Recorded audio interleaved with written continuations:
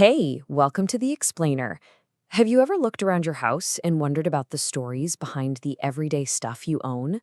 Well, today we're going to pull back the curtain on some of the most common items you use because their origins are, literally, out of this world. You're going to be shocked by what's been hiding in plain sight this whole time. Okay, so let me just ask you this straight up. What could your bed, your comfy, cozy bed, possibly have to do with landing on the moon? I know, it sounds crazy, right? But there's a direct line, and I promise by the end of this, you'll know exactly how they're connected. And the magic that connects them is this concept called spin-off technology. It's basically the official term for when some incredible piece of engineering, something designed for the brutal environment of space, gets reimagined into a product that you and I can use right here on Earth. And let me be clear, this isn't just a fluke or a one-off fun fact. We're about to take a little tour and see just how much of the tech that was born from the space race has secretly invaded almost every single room of your house. And the scale of this is just mind-blowing. We're not talking about a couple of cool gadgets. No, we're talking over 2,000 documented spin-off technologies since 1976 alone. That number just goes to show you how much space exploration really does trickle down and change our daily lives. All right, let's start our tour in a room we all know and love. The kitchen. Because it turns out some of the most basic things you've got in your pantry right now exist because NASA had to solve a really, really tricky problem for its astronauts. Just think about it for a second. The problem seems impossible. You need food that's super lightweight for launch, you need it to last for months, maybe even years without spoiling, and you need to be able to eat it without crumbs and bits floating everywhere in zero-G. So what do? Well, their solution was absolutely brilliant. They perfected the process of freeze-drying. By pulling out all the water at a super low temperature, they could keep like 98% of the food's nutrients. And the results? Food that was feather light and could last forever.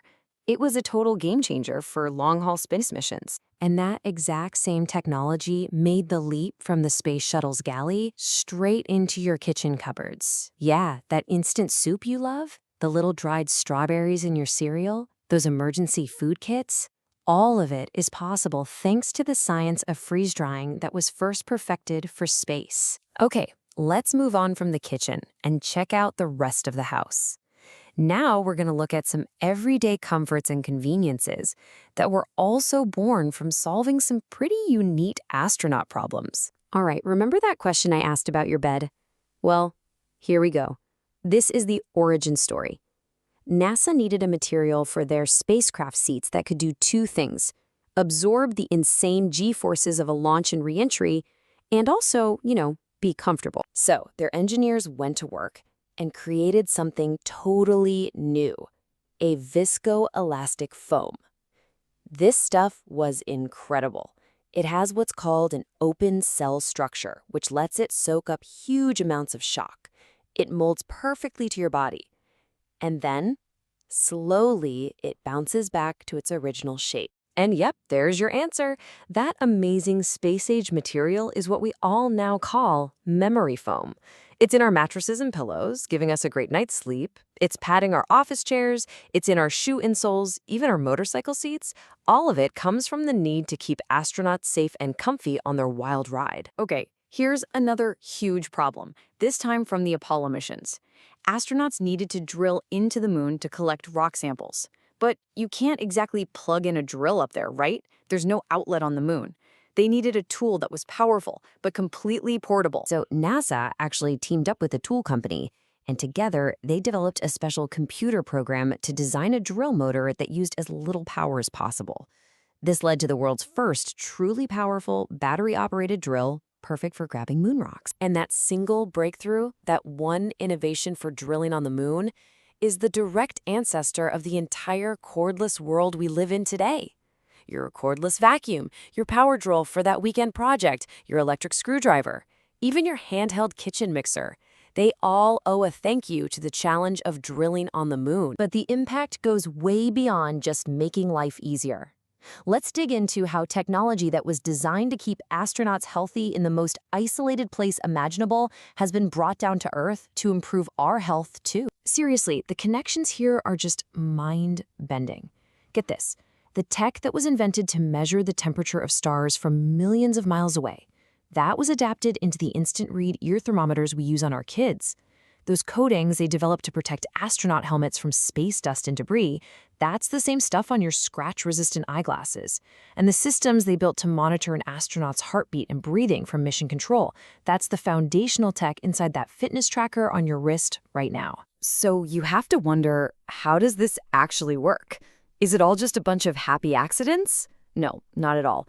There is a very deliberate, very smart process that turns these space-age innovations into the products we see on store shelves. It's basically a four-step pipeline.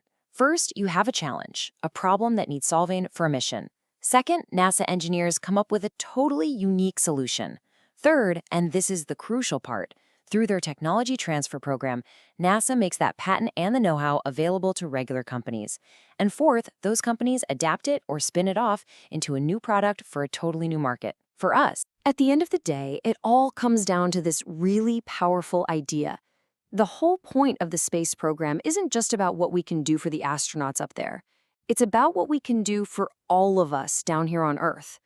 The goal has always been to go to space, learn, and then bring that knowledge back home. so we've seen how solving problems for moon missions gave us things like memory foam and cordless tools. It really gets you thinking, doesn't it? Right now, engineers are tackling even crazier problems for future missions to Mars. So the real question is, which one of their brilliant solutions will be the ordinary, everyday thing that our kids and grandkids can't imagine living without?